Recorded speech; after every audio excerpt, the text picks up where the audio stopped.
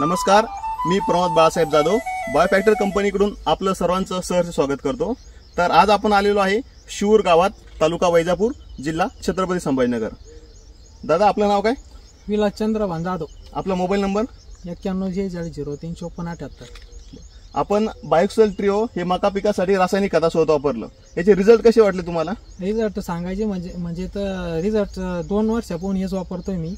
आणि कांद्याला पण वापरलंय, कांद्याची टिकावण क्षमता पण चांगली आहे आणि रिझल्ट जमीन पण भुसभुशीत करतं आणि म्हणजे चांगलं आहे एकंदरीत, रासायनिक पेक्षा चांगलं आहे। बरं, तर तुम्ही यासोबत रासायनिक खताची सांगड घालून रासायनिक खताचा वापर कमी करून जैविक खताचा वाढवला, तरी तुम्हाला रिझल्ट दरवर्षी येतात त्यापेक्षा जास्त मिळाले। हा, रिझल्ट चांगलेच आहे। आणि दुसरं सांगायचं म्हणजे पिकाची एक ग्रेनरी पण चांगली राहते शेवटपर्यंत, पिकाला हिरवेपणा शेवटपर्यंत टिकून राहतो। पाऊस कमी जास्त पण झाला तरी पण एवढं काही इफेक्ट जाणवत नाही। असं पावसाचा थोडाफार ताण जरी झाला तर सहन करण्याची क्षमता पिकामध्ये असते, झटका मारत नाही आणि पीक शेवटपर्यंत चांगलंच राहतं, पीक शेवटपर्यंत चांगलं राहतं।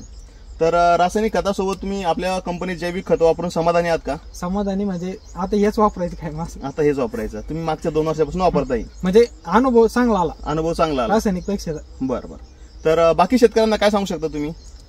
शेतकऱ्याला सांगायचं म्हणजे हे एवढं वापरून बघा, एकदा वापरून बघा, एकदा वापरल्यावर रिझल्ट भेटतो, तुम्ही आपोआप पुन्हा वापरता। असं वापरल्यानंतरच कळेल ना, वापरल्यानंतर कळेल।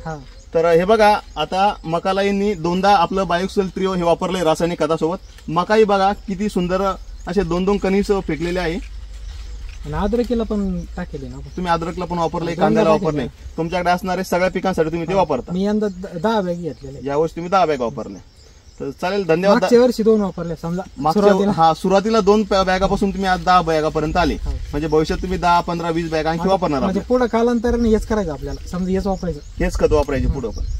चालेल, धन्यवाद दादा।